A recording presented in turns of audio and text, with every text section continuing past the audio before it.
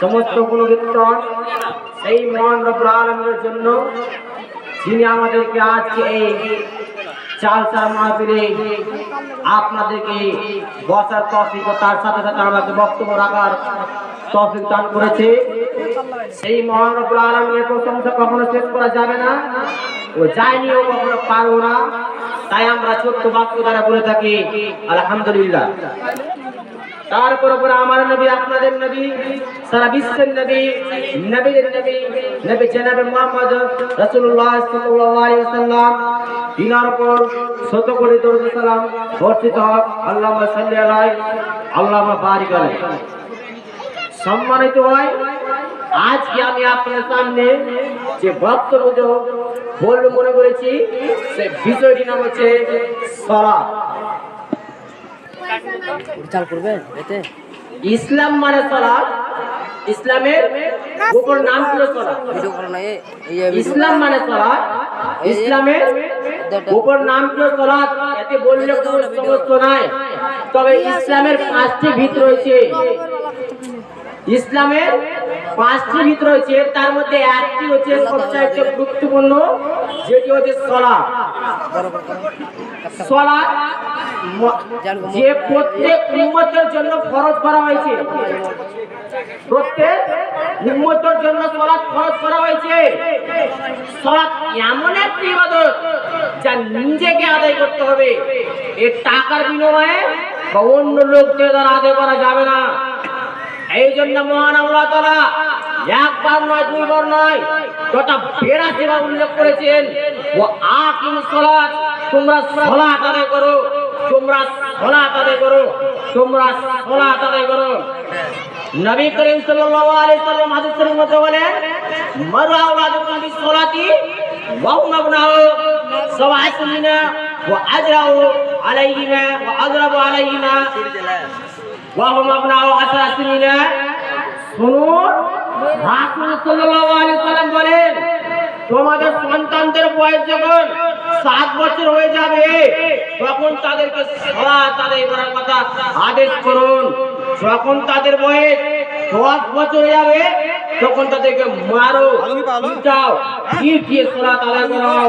সম্মানিত উপস্থিত, আজকে আমরা আমাদের সন্তানদের বয়স যখন 5 বছর হয়ে যায়, 6 বছর বয়সে স্কুলে পড়ালেখা না করলে আমরা মারধর করে, কিন্তু আমাদের সন্তানদের, আমাদের ছেলেদের 15 বছর 25 বছর পেরিয়ে যাচ্ছে, সালাত আদায় করে না, সালাত ত্যাগ করে চলাফেরা করে।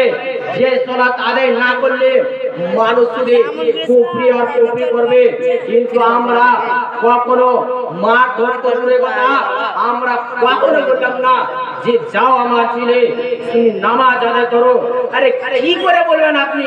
আপনি তো নিজে বেনামাজি কাপুরুষ। লজ্জা লাগে না নিজেকে মুসলমান বলতে? বেনামাজি, তোমার ছেলে কি করে নামাজ পড়বে? আপনি তো নিজেই নামাজ পড়েন না, আপনার জন্য আপনার ছেলের এই অবস্থা।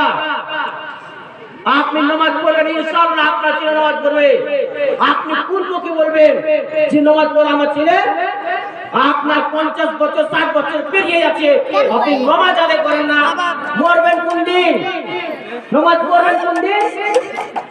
হায়া মায়া লোক কিছু আছে, সব তো বেঁচে গেছে।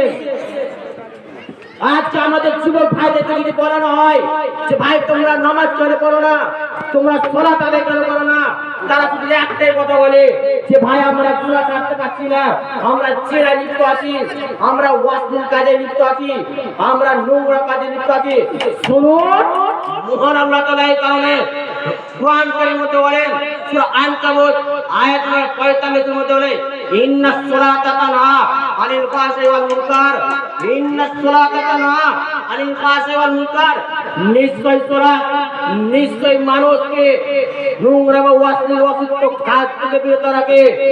পৃথিবীতে যত রকমের গুনাহ রয়েছে, পৃথিবীতে যত রকমের গুনাহ রয়েছে, এই পৃথিবীতে যত রকমের গুনাহ রয়েছে, সমস্ত গুনাহকে ছাড়িয়ে দেবে যদি আপনি সালাত আদায় করেন, যদি আপনি 5 ওয়াক্ত নামাজ আদায় করেন। শুনুন, আপনাকে আল্লাহ ওলি হতে হবে, আপনার দিলে আল্লাহর ভয় রাখতে হবে, আপনার মনের ভিতরে আল্লাহর ভয় হয়ে জেগে উঠতে হবে। হবে, আপনাকে 5 ওয়াক্ত নামাজে পাবন্দ হতে হবে, তাহলে আপনি সমস্ত গুনাহ ছেড়ে দিবেন। আর আনাস রাদিয়াল্লাহু তাআলা আনহু বর্ণিত আছেন, তিনি বলেন রাসূল সাল্লাল্লাহু আলাইহি ওয়াসাল্লাম বলেছেন, তোমরা যখন মারা যাবে, মানে আমি আপনি যখন মারা যাব, পৃথিবীর সকল মানুষ যখন মারা যাবে, শুধু রবে একটি মাঠ, সেটি হচ্ছে কিয়ামতের মাঠ। সেই মাঠে সর্বপ্রথম সলাত সম্পর্কে জিজ্ঞেস করা হবে। শুনুন, যদি আমাদেরকে সলাত সম্পর্কে জিজ্ঞেস করা হবে, তাহলে আমরা এই দুনিয়ার মায়ায় কেন পড়ে থাকবো? যদি আমাদেরকে কিয়ামতের মাঠে সলাত সম্পর্কে জিজ্ঞেস করবে, তাহলে আমরা এই দুনিয়ার পিছে কেন পড়ে থাকবো? যদি আমাদেরকে সলাত সম্পর্কে জিজ্ঞেস করবে, তাহলে আমরা এই দুনিয়ায় মাল ধন দৌলত, জায়গা জমি, টাকা পয়সা, বড় বাড়ি গাড়ি, এইগুলো জমা করে কি লাভ আমাদের? যদি আমাদেরকে কিয়ামতের মাঠে সলাত সম্পর্কে জিজ্ঞেস করবে, এই কথা আমি বলি না, এই কথা রাসূল সাল্লাল্লাহু আলাইহি সাল্লাম 1450 বছর আগে বলে গেছে। আজকে আমি এই জালসার মাহফিলে বলছি, যদি আপনার আমার গ্রহণযোগ্য হয়, যদি আপনার আমার সলাত গ্রহণযোগ্য হয়, তাহলে আপনার আমার আমল গ্রহণ হবে। আর যদি আপনার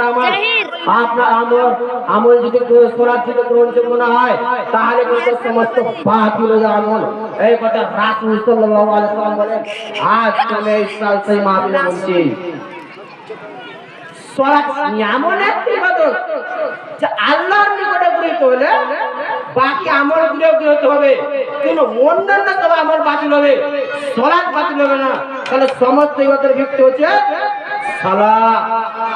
মহান আল্লাহ তাআলা কোরআন কারীমের মধ্যে বলেন, ওয়ামা খালাকতুল জিন্না ওয়াল ইনসা ইল্লা লিয়াবুদুন।